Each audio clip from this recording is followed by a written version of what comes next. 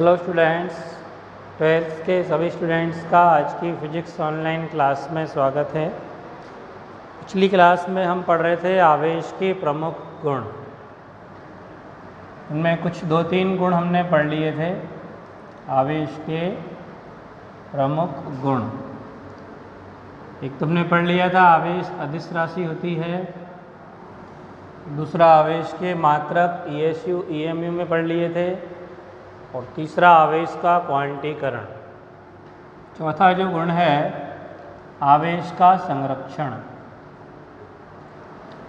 आवेश का संरक्षण, तो संरक्षण का मीनिंग क्या होता है? संरक्षण होने का मतलब किसी भौतिक राशि का नियत रहना। अब नियत जो होता है वो सबसे पहली चीज़ तो ये संरक्षण दो राशियों के लिए होता है अलग अलग, यानी दो वस्तुओं के लिए संरक्षण होता है। जैसे हमने संवेग संरक्षण पढ़ा होगा 11th क्लास में। संवेग संरक्षण पढ़ा है कि नहीं? संवेग संरक्षण में क्या होता है, जैसे बंदूक और गोली मिला के एक निकाय बनाते हैं। दो चीज़ें होती हैं उसमें, एक बंदूक और दूसरा उसके अंदर उपस्थित गोली। तो बंदूक चलने से पहले यानी गोली दागने से पहले दोनों का संवेग 0 होता है, और गोली दागने के बाद जितने संवेग से गोली बाहर निकलती है उतना ही संवेग बंदूक को विपरीत दिशा में प्राप्त होता है।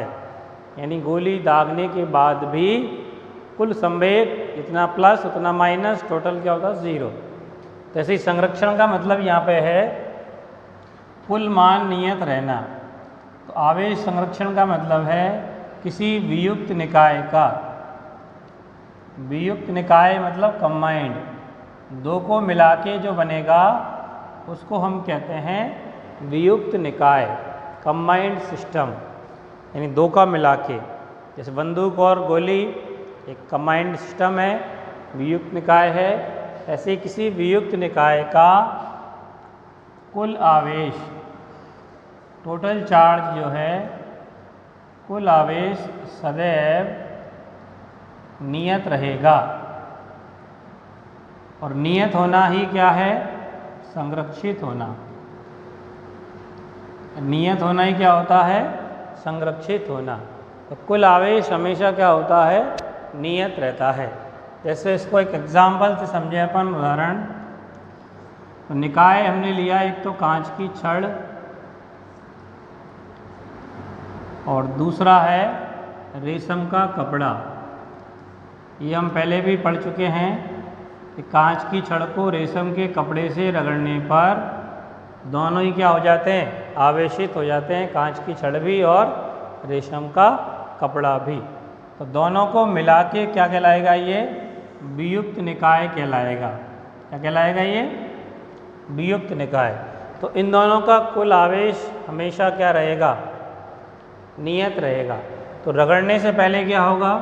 जब हमने इनको नहीं रगड़ा, रगड़ने से पूर्व कुल आवेश,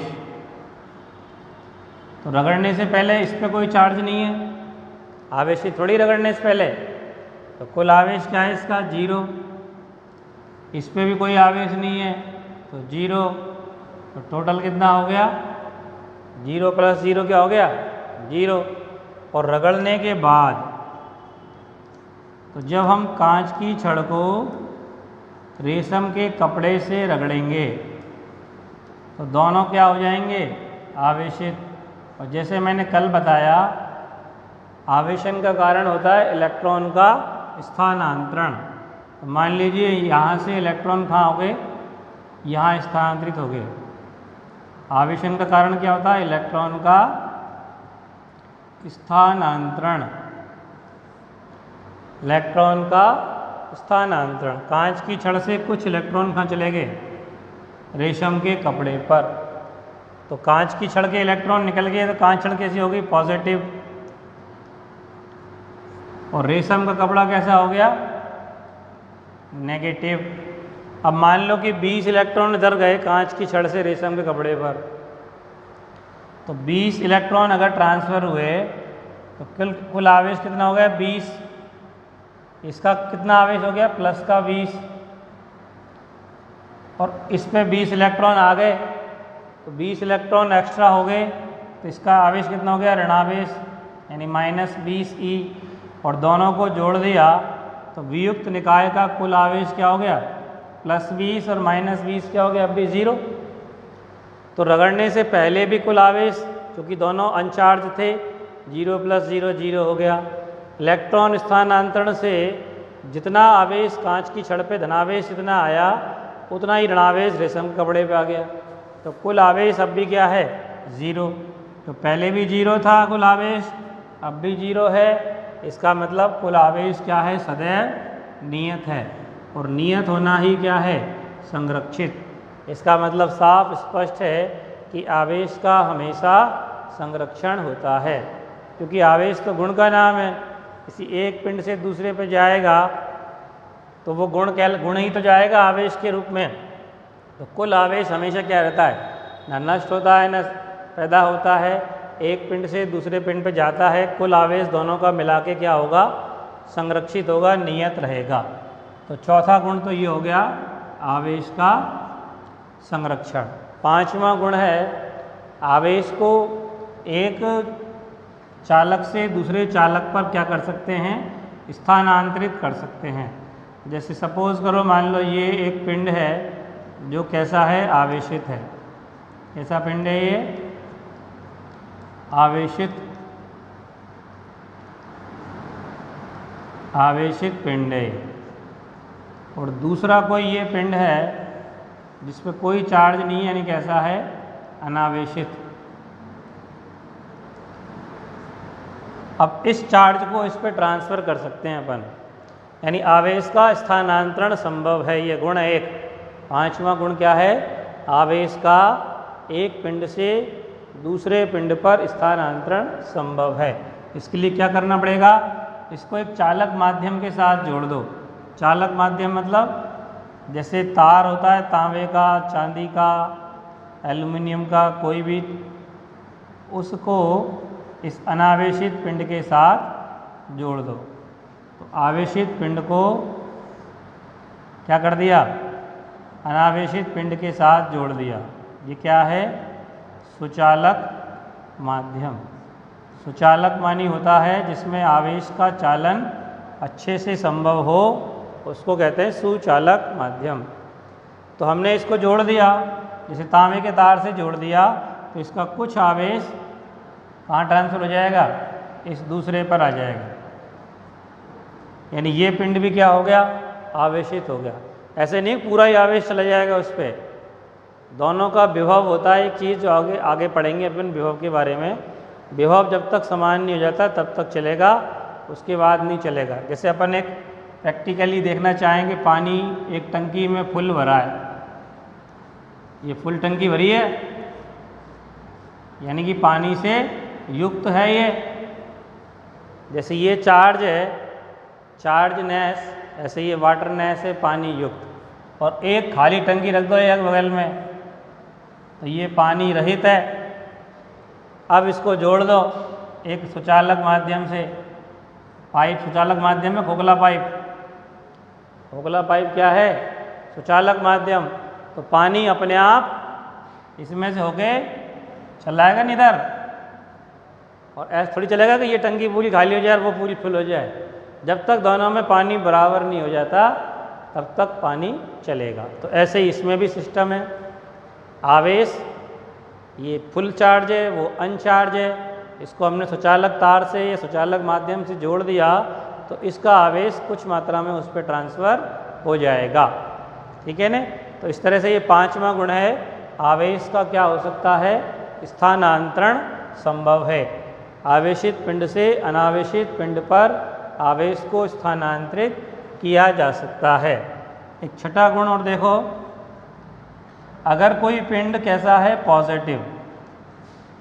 अगर पिंड कैसा है, पॉजिटिव है, तो पॉजिटिव होने का रीज़न क्या है, कल की क्लास में बताया था मैंने, इलेक्ट्रॉन की कमी।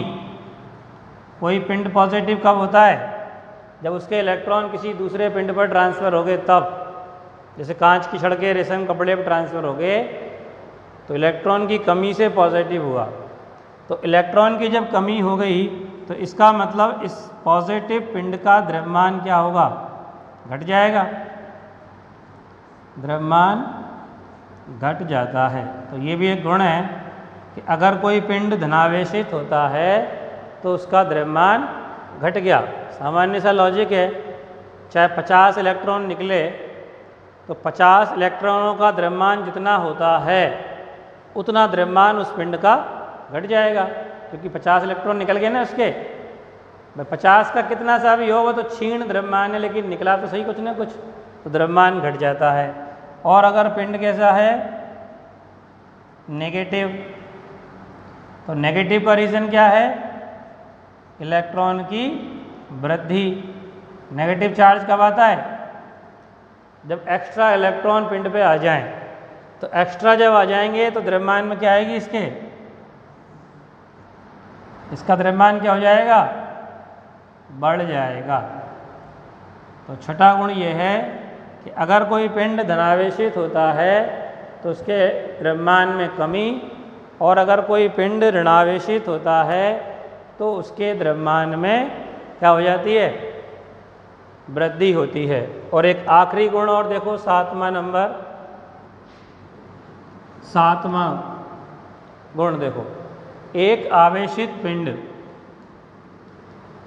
एक आवेशित पिंड सदैव अनावेशित पिंड को आकर्षित करता है।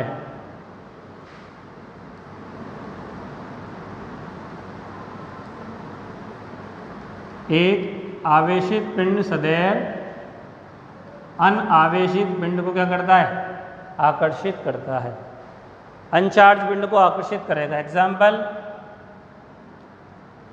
जैसे तुमने प्लास्टिक का कंगा लिया या स्केल लिया, सूखे बालू में रगड़ के क्या कर दिया, इसको चार्ज कर दिया कि नहीं। अरे प्लास्टिक का कंगा जो होता है उसको सूखे बालू में रगड़ोगे तो क्या हो गया, वो आवेशित हो गया कि नहीं है, तो ये चार्ज है, आवेशित है। और कागज़ के जो छोटे छोटे टुकड़े करे तुमने, कागज़ के छोटे छोटे इसलिए करने के हल्के होने चाहिए, या सूखी घास के तिनके, वो कैसे हैं, अनचार्ज्ड है, अनावेशित है ना ये। इनको काहे का आवेश दिया, कुछ नहीं, टुकड़े कर दिया और क्या। अब प्लास्टिक का कंगा इन कागज़ के टुकड़ों को अट्रैक्ट करेगा नहीं करेगा, करते हैं अपन, रगड़ो बालों से, कागज़ टुकड़े रख दो, चिपका लो। तो ये भी एक गुण है कि एक आवेशित पिंड सदैव अनावेशित पिंड को क्या करता है, आकर्षित करता है। तो 7 गुण हो गए। एक गुण और लिख सकते हैं, 8वां गुण क्या है, समान प्रकृति के आवेशों के मध्य क्या होगा, प्रतिकर्षण।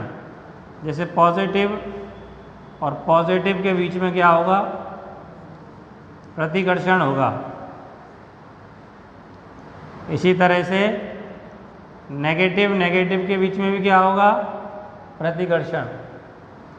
और अगर विपरीत प्रकृति के आवेश हैं, एक पॉजिटिव और एक नेगेटिव, तो इनके बीच में क्या होगा, आकर्षण। तो 8वां गुण यह है, समान प्रकृति के आवेशों के मध्य हमेशा क्या होता है, प्रतिकर्षण, और विपरीत प्रकृति के आवेशों के मध्य आकर्षण। तो ये प्रमुख गुण है, 8 गुण हो गए, ठीक है। अब इसके बाद अपन पढ़ेंगे कूलाम्स लॉ, कूलाम का नियम।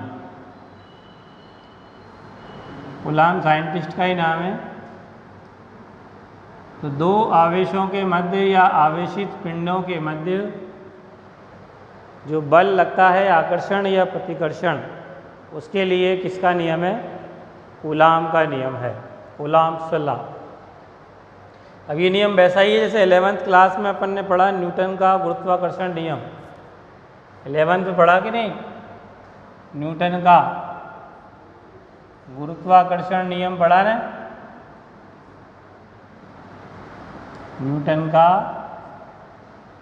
गुरुत्वाकर्षण नियम, उसके अकॉर्डिंग ग्रेविटेशन फोर्स क्या होता है, Gm1m2 अपॉन आर स्क्वायर, यानी द्रव्यमानों के गुणनफल के समानुपाती और बीच की दूरी के वर्ग के व्युत्क्रमानुपाती। 11th में है ये ग्रेविटेशन लॉ न्यूटन का। इसी तरह का नियम किसका है, कूलाम का। तो कूलाम के नियम के अकॉर्डिंग निर्वात में, निर्वात मतलब कोई माध्यम नहीं हो जब, वैक्यूम, दो बिंदु आवेशों के मध्य, बिंदु मतलब छोटे आवेश, सूक्ष्म आवेश, जैसे इलेक्ट्रॉन प्रोटॉन का आवेश छोटा सा होता है तो बिंदु आवेश कह सकते हैं इसको। अब ये दो आवेश हैं जिनके परिमाण Q1 और Q2 और इनके बीच की दूरी R।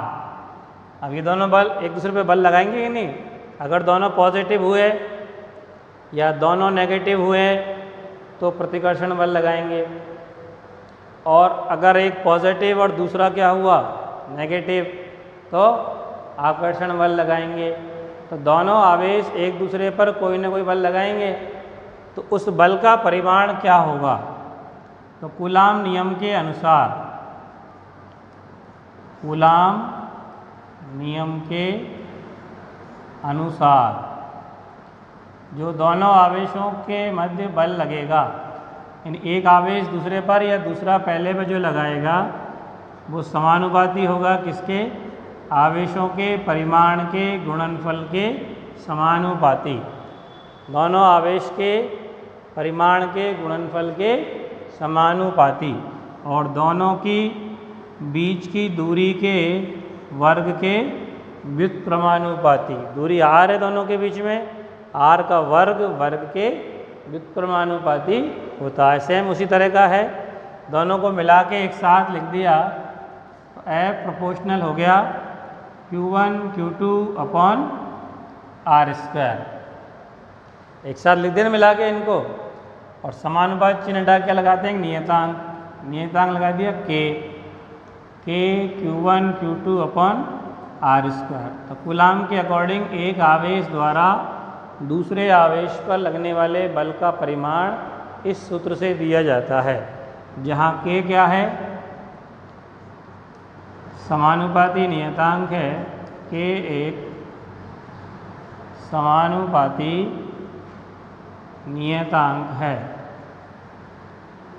जिसे विद्युत बल नियतांक कहते हैं। विद्युत बल नियतांक कहते हैं। निर्वात के लिए इसका मान फिक्स है। ये जो नियम भी अपन लिख रहे हैं वो केवल निर्वात में ही पूर्णतया वैलिड है, अन्य माध्यम के लिए कूलाम नियम उतना वैलिड नहीं है, केवल निर्वात के लिए वैलिड है। और निर्वात में K का मान होता है 9 गुणा 10 की घात 9, फिक्स है मान। ये K का मान कितना है, 9 गुणा 10 की घात 9। और मात्रा क्या आएगा इसका, यहाँ से निकाल के देख सकते हो। K बराबर क्या लिखोगे, अगर यहाँ से K निकालोगे तो क्या आएगा, F are square upon Q1 Q2। अब F बल है, बल का मात्रक क्या है, न्यूटन। दूरी है मीटर स्क्वायर, अपॉन आवेश कूलाम है तो कूलाम स्क्वायर। तो न्यूटन मीटर स्क्वायर प्रति कूलाम स्क्वायर। आवेश दो है ना ये, कूलाम कूलाम कूलाम स्क्वायर। तो ये इसका मात्रक हो गया किसका, K का। इसके अभिमीय सूत्र लिखना चाहें तो लिख सकते हैं। विमीय सूत्र पढ़े हैं 11th में। न्यूटन का कितना होता है, बल का क्या होता है विमीय सूत्र, m1 L1 T-2, द्रव्यमान गुणा त्वरण होता है कि नहीं, मीटर स्क्वायर का L2 और बटे कूलाम A1 T1 का स्क्वायर। आवेश बराबर धारा गुणा समय होता है। तो ये कुल मिला के हो गया m1 L कितना हो गया, 1 और 2 3, T कितना हो गया -2 और 2 और आएगा ऊपर -4 और A -2। ये विमेय सूत्र लिख सकते हैं अपन इस तरह से, ठीक है। टी की घात -2 और -2 4 होगी ना, विमित सूत्र लिख सकते हैं। तो के का मान ये हो गया। अब के का मान एक नया कांस्टेंट के रूप में भी लिखते हैं, K equal to 1/4 pi epsilon naught. Epsilon 0 कह सकते हैं, ये एप्सिलॉन नॉट, इसको कहते हैं, एक नया कांस्टेंट है जिसे कहते हैं निर्वात की विद्युतशीलता। निर्वात की क्या कहते हैं इसको? विद्युतशीलता। उसका प्रोनाउंसिएशन क्या है? Epsilon naught, epsilon 0। तो के की जगह क्या लिख सकते हैं? 1/4 पाई एप्सिलॉन 0। तो बल F बराबर लिख सकते हैं अपन 1/4 pi epsilon 0 into Q1 Q2 upon R square. तो निर्वात में कूलाम नियम के अकॉर्डिंग बल का मान ये हो सकता है 1/4 pi epsilon 0 Q1 Q2 upon R square. और एप्सिलॉन 0 का मान लिखना है तो के की जगह अपन ने क्या लिखा है? 1/4 पाई एप्सिलॉन 0। तो एप्सिलॉन नॉट इक्वल टू कितना हो गया? इसको इधर ले जाओ, के को इधर ले आओ, तो 1/4 पाई क्या हो गया? के। और के का मान क्या बताया मैंने अभी? 9 गुणा 10 की घात 9।